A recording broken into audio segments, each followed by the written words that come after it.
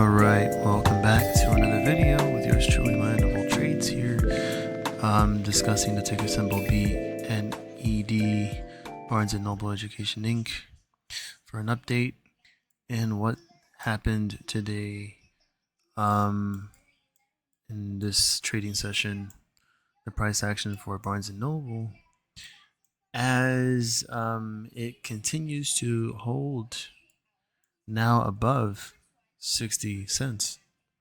And as we took a look here before in the last video that I made here, and you can see it pretty much as Barnes and Noble had a big gap down, kind of resembles of what happened with Peggy. And it's sort of like the similar situation if you actually, as a matter of fact, hold on, just real quick. Yeah, if you think about it, it's sort of like the same thing. Had a gap down, and then it had this action here. This let's see. Well, I kind of thought it would be something similar, but anyways, with the same aspect, with the same scenario, as it hit the low of 15 cents here. I think it was this candle right here, May 13th. It is lowest 52-week range. The 52-week high was at 226. So from 15, let me just measure this real quick. We had a 780+% rally within 9 days range.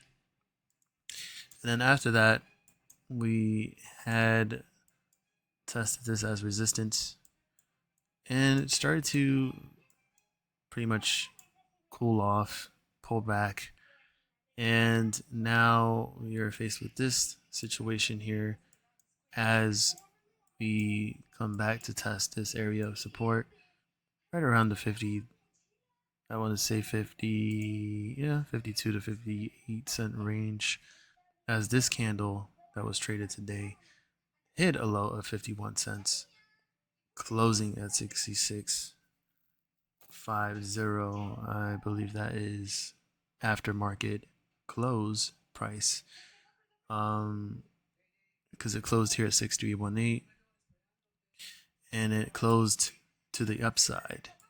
So any situation where I'm just gonna guess right here, when the 24-hour candle closes going to the upside, that means that there is a possibility of the stock to continue to push up, and perhaps we open with Barnes & Noble breaking over 75 to 80 cents, and then once again try to retest this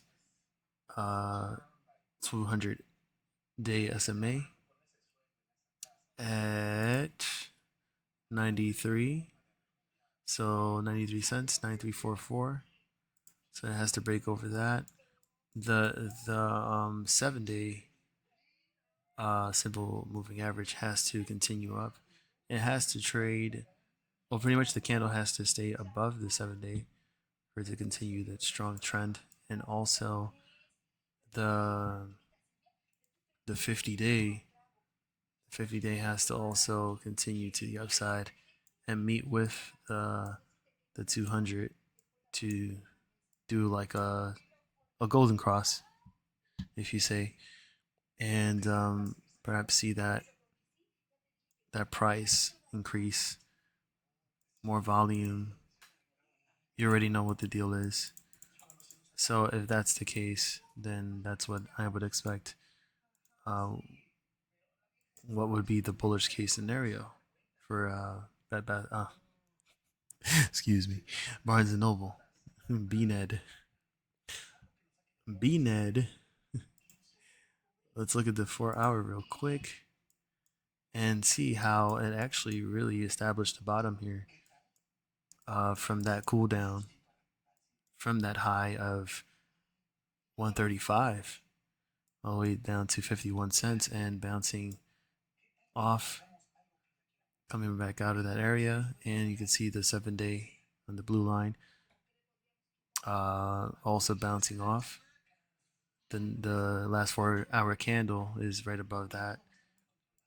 And we're looking to almost see that golden cross here in the 4 hour for for that, and to see that confirmation to the upside, in my opinion, of course, because anything that I say in these videos is just strictly my opinion, and it's just hypothetical TA here, and it's all non-financial advice. All right, so you take what you will with this information and always do your own research. Okay, so with that being said, the resistance is still going to be pretty much above a dollar, $1.20, around that area, and you can see it perfectly. Like it just it looks like it's ready for another leg up, and for a possibility of I want to say round two for Bned to try to break over 135, and to maybe potentially with whatever other things that's happening with the stock, maybe short interest, cost to borrow, things like that. Maybe a lot of retail sentiment and getting into this play, in my opinion, that would actually set this thing off and blow its top off. And of course, I love Barnes and Noble. I would want a lot of Barnes and Noble stores to stay open and continue to have a generation of kids that would like to go and read some manga or whatever it is that people do in Barnes and Noble. But with that being said, I'll just look at the let's look at the 15 minute. The 15 minute looks actually pretty nice. Um, uh, yeah, really nice. Let's zoom in at the MACD. Look at this. You have a nice, beautiful bounce off here, away from the red line on the MACD, which clearly is signaling that move to the upside. I like that. I like that. It's just in that sense, it would make me feel a lot more bullish in my sentiment with Barnes and Noble. Uh, for the stock to actually break over those last highs at 70, and perhaps continue to the trajectory back to a dollar, and the RSI the same thing too as well. You have this twist from bearish to bullish, and the line is still continuing to go up to that overbought territory here, which is also nice to see. So overall, I am leaning towards bullish. Um, but it doesn't mean that it can always be accurate, and I can always be accurate with my hypothetical technical analysis, as you know the markets can be unpredictable, and if there is any other outcome that I would assume that would happen, is that the markets would you know slide, and we would see some downside potential, then we would see Barnes and Noble maybe pull back and then try to come back to this area of support.